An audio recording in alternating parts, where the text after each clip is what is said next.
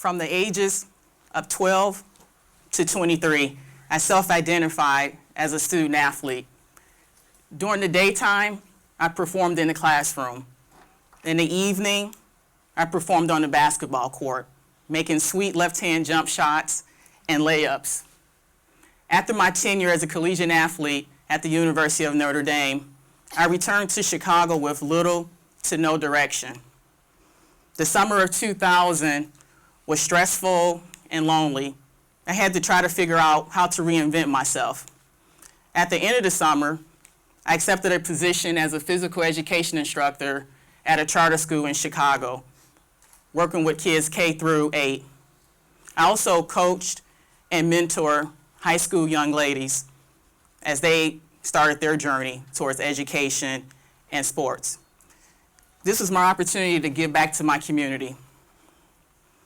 My goal was to share my path to growing up in Chicago, to attending a prestigious university, despite being raised by a parent who battled substance abuse, who I love dearly. The lesson that I wanted to get across to these kids were, doesn't matter where you come from, you don't have to fall victim to your environment. All you have to do is dream, set goals, and find a good support system, whether it's parents, friends, coaches, or teachers. After a couple of years, I decided that my mission as a teacher and coach was over. I was in search for something meaningful and bigger. So I decided to enlist in the U.S. Army. 1 year after I enlisted, I deployed to Iraq. 4 months later, May 25, 2004, a rocket-propelled grenade exploded and ripped the lower part of my left arm. My left arm was gone forever. For a moment, I broke down, I said a prayer, and I hoped that I would survive to help people, to inspire other people. This is the beginning of my secondhand life. Imagine being left-handed 27 years, the first 27 years of your life, and now you're forced to live a one-handed life in a two-handed world. At some point, all of us will experience some type of triggering event that will force you to change, whether it's a medical crisis, personal loss, unemployment, death, or lack of decent opportunities. What matters most is how you respond. As I reflected on the loss of my left arm, polar opposites developed. I could be positive or negative. I could be hopeful or I could be hopeless. I could grow or be stagnant. I could be psychologically flexible or I could be rigid. I could choose to expand my mind or I could stay stuck. I determined that I wanted to be a thriver instead of a victim or survivor, because a thriver continues to live their dreams and continues to set goals that communicate hope beyond the trauma.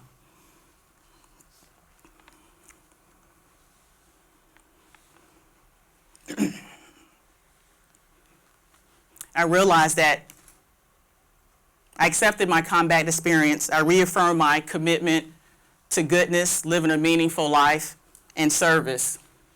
My tenure as a soldier I completed my tenure as a soldier, but my unfailing commitment to serve my country continued. While at Walter Reed, I immersed myself in occupational therapy, and I would go to bed at night dreaming of how I could reintegrate back into society. How could I contribute? I saw value in returning back to Chicago to become a school counselor and be a high school basketball coach. So the most logical thing to do was to go back to school, get a master's degree in counseling, and a couple of years later, I became a licensed clinical professional counselor. I never became a school counselor, but another opportunity to serve my country arose. I became a readjustment counselor, providing readjustment counseling services to those combat veterans returning home with the mental scars of war. Also help their family members and military members who report military sexual trauma. I was able to help them with their transition from the battlefield to civilian life. I also provide mental health counseling for those who are struggling with post-traumatic stress disorder, anxiety, mood disorders such as depression, bipolar, anxiety disorder,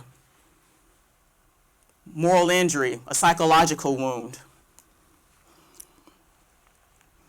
I figure as a peer, I could help them build their inner peace so they too could contribute to their community, the world, find love within, and continue to serve and connect with their spirituality.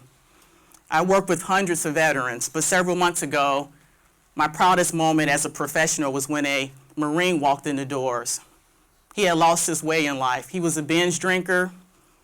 He had lost his job of 13 years. His marriage was shaky. His kids didn't like him. And we just started talking. And I told him about my story. And you could see a glimmer of hope. And over time, we would talk. And I would connect him with services, unemployment services, to build his resume up. I brought his wife in a couple of times, and we did some marital counseling. He contributed to group therapy. And over time, he started helping other veterans. And he said, "Danielle, thank you." And he found the job of his dreams, and he moved out the area. What I've learned from life is a balancing act, and it's even more challenging when you have one hand. But this is the truest test of character.